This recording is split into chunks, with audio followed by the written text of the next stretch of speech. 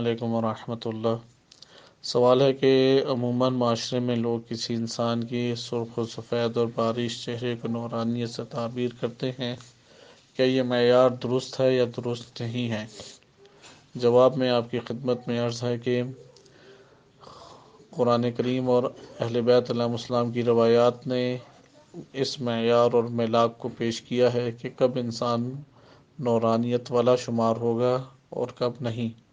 انسان کے ظاہری رنگ و نسل یا انسان کے قد کاٹ اس سے نورانیت جنم نہیں لیتی۔ مثلا ایسا نہیں ہو سکتا جس کا رنگ سفید ہے وہ پر نور ہے اور جس کا رنگ کالا ہے وہ پر ظلمت ہے، یہ معیار غلط ہے۔ یا جس کا قد طویل ہے وہ اچھا ہے اور جس کا قد چھوٹا ہے وہ برا ہے، ایسی بات نہیں ہے۔ نورانیت کا ان سے تعلق نہیں ہے۔ اگر نورانیت کا اس سے تعلق ہوتا تو لقمان حکیم افریقہ میں نہ ہوتے، بلال حبشی حبشہ میں نہ ہوتے۔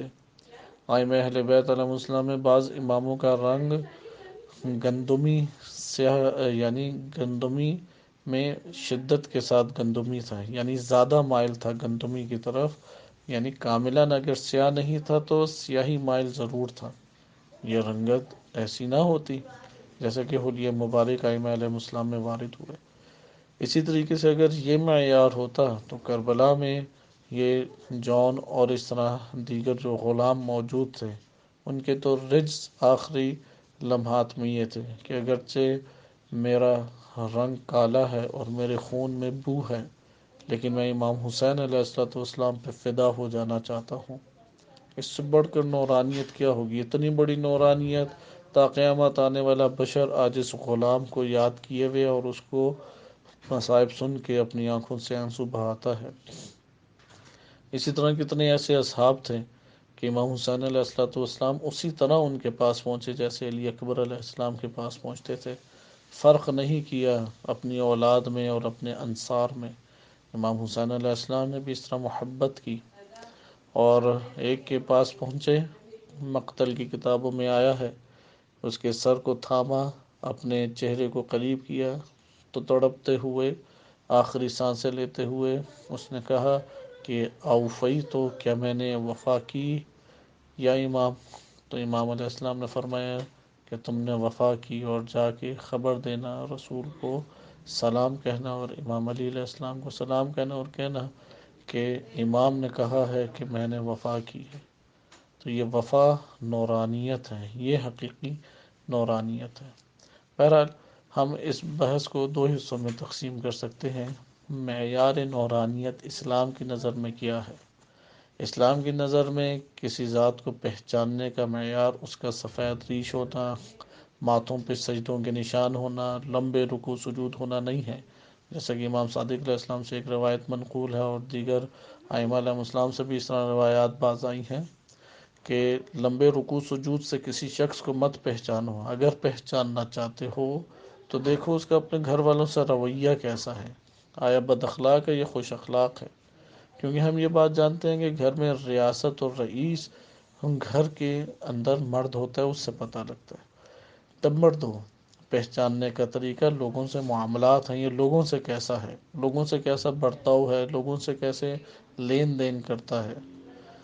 اسلام نے نورانیت کے جو معیار بیان کیے ہیں، ایک ہے ظاہری نورانیت اور ایک ہے باطنی نورانیت۔ ظاہری نورانیت انسانی وجود کے اندر آداب سے آتی ہے، آداب سے ظاہری نورانیت آتی ہے، اس لیے اسلام نے اس ظاہری آداب پہ بھی بہت تاکید کی ہے اور تاکیدی جملات کے ساتھ بیان کی ہے، اور باطنی آداب پہ بھی تاکید کی ہے۔ مثلا ظاہری آداب کہ مسواک کا حکم دیا ہے کہ 5 وقت کی نمازوں سے پہلے مسواک کرو، اور اس قدر شدت سے مسواک کا حکم دیا ہے کہ نبی صلی اللہ علیہ وسلم کی صحیح سند روایت ہے کہ اگر مجھے یہ ڈر نہ ہوتا کہ یہ حکم دینا مسواک کا امت پہ مشکل اور مشقت کا باعث ہو جائے گا، اگر یہ خوف نہ ہوتا تو میں واجب حکم دے دیتا کہ سب کے اوپر واجب ہے کہ وہ مسواک کریں۔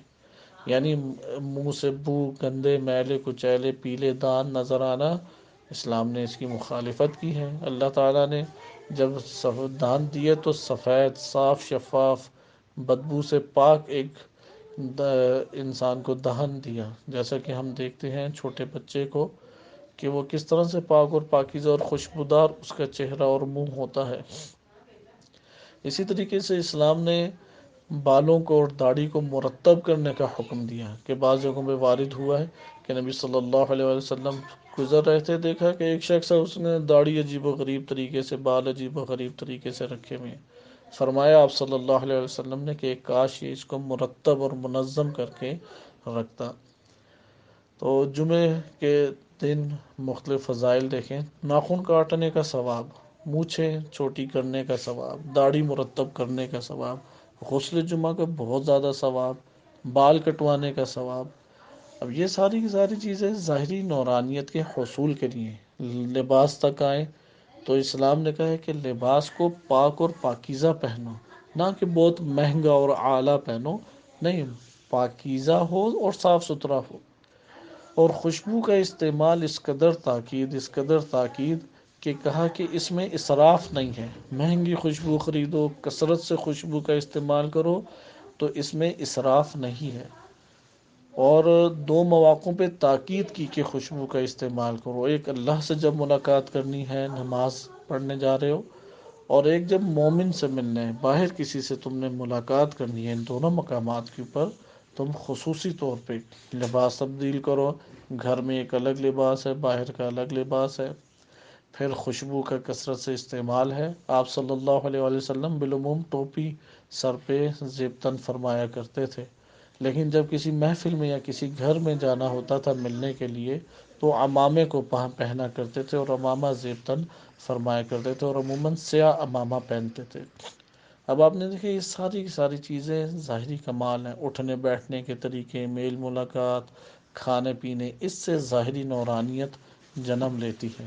دوسرا ہمارے پاس آ جاتا ہے پہلو باطنی باطنی باطنی نورانیت۔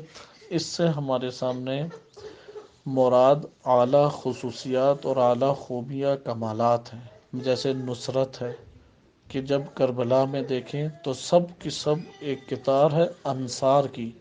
یہ نصرت آج کی دنیا میں بھی، چاہے ہمارے ساتھ کوئی مدد کرے، ہم کسی کی مدد کریں، ایک نور ہے۔